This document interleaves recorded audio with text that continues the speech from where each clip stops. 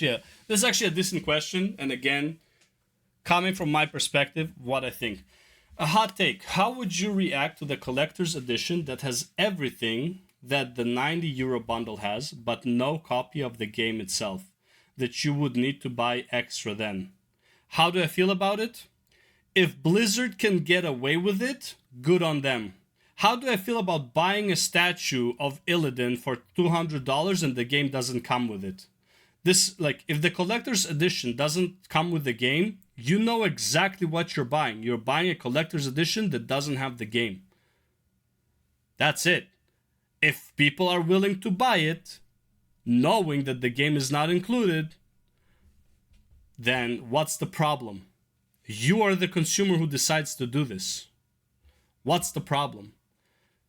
They're telling you that the game is not in it. I don't understand, like, why is this such a hard concept to grasp? Everything is listed. It's like, hey, when you buy this product, this is not a loot box. Maybe you have a game, maybe not. Here are the contents of the fucking product. Does it say it has the game in it? No? Okay. Do you want to buy it? Yes. Here you go. No, because you want the game? Okay, don't buy it. Simple as that. It's not rocket fucking science, okay? You see what the product is, you decide if you want to buy it. Oh, I must have the collector's edition, but I can't believe they're not giving the game. Oh, I must have the Sylvanas and Jaina and Illidan statue, but I can't believe I'm not getting a lifetime membership to World of Warcraft when I do that. That's how absurd that argument is to me. Oh, God. Let's see. That's where I'm confused. A lot of people are mad about the early access and calling pay to win, but it's only true for a small portion of the player base, I'm pretty sure. And again, I can't even call it pay to win because so much of the content is going to be locked. You can call it pay to win, but it really doesn't give much of an advantage aside from like the degenerate players. And the degenerate players this won't affect at all. Now, does it, again, I already gave the example in a different response.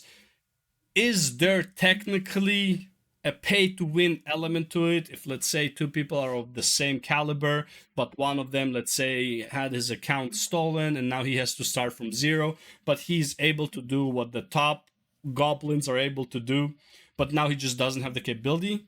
Yes, they will have the advantage, but they would have the advantage regardless if it was at the same time or not.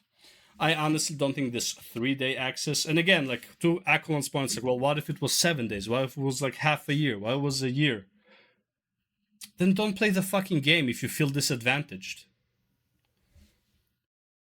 Like, oh, this game is pay to win? Don't play it. You feel like this game has pay to win elements and you're still paying it, playing and paying for it? Your fault. Your fault. Are you playing Lost Ark, a pure pay to win game? Yes? Your fault. Don't complain about it. Stop playing it. It's really not that complicated. You don't like a practice by a game and you stand on principle that this practice is bad, either don't participate in the practice or don't play the fucking game. By don't participate in the practice, let me clarify it for all the room temperatures IQ people in the that are gonna watch this.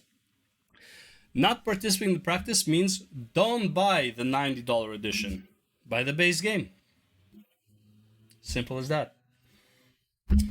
Just flat out artificial value. That's where I'm confused. A lot of people are mad about the early access. What else we got? Oh my gosh, did he not understand? Okay, so this is where I finally understood what the fuck he was talking about, because even though the whole conversation was about so many things, at the end of it all he referred to, apparently, even though technically not the case because of how many locations this conversation went, he referred to the little part, the first part of my tweet, which if you read it all, you can probably understand my context, but apparently they didn't. My tweet says, if you can't afford the $90 version, maybe you shouldn't play WoW. Now, clearly, in my head, and everyone who read it that I know, that I have an above room temperature IQ, okay, Fahrenheit, understood that I meant don't buy the $90 version. It didn't understand it as don't play the game as a whole, even though that is also an option on the table. In my opinion, I thought it was pretty clear what I meant. But technically, on the tweet, it is written in a way that you can interpret it, that me saying that's like, if you can't afford a Ferrari, you shouldn't drive any car. And that's why the whole thing, I would not understand why he would keep saying Ferrari and no car while I keep correcting him. No, if you can't buy a Ferrari, just drive another car. By me saying that, he should probably have understood that the point of my tweet was, if you can't afford the $9, don't buy the $90. You can play the base game. But apparently I'm stupid and he's smart, or I'm smart, he's stupid, or we are both stupid because we couldn't understand that point, even though we clarified the example using the Ferrari. Neither he could pick up on my point, and apparently I couldn't pick up on his point. Or like I corrected his point and he couldn't understand my correction correlating to the tweet. So at the end of the day, I think we're both dumber for this. I think everyone is dumber for this conversation. I think his chat, some of them decent people, some of them are on the spectrum, some of them room temperature IQ. It is what it is. Some of us are more privileged than others, apparently.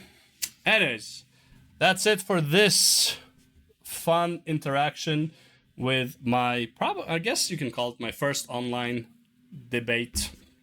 And yeah,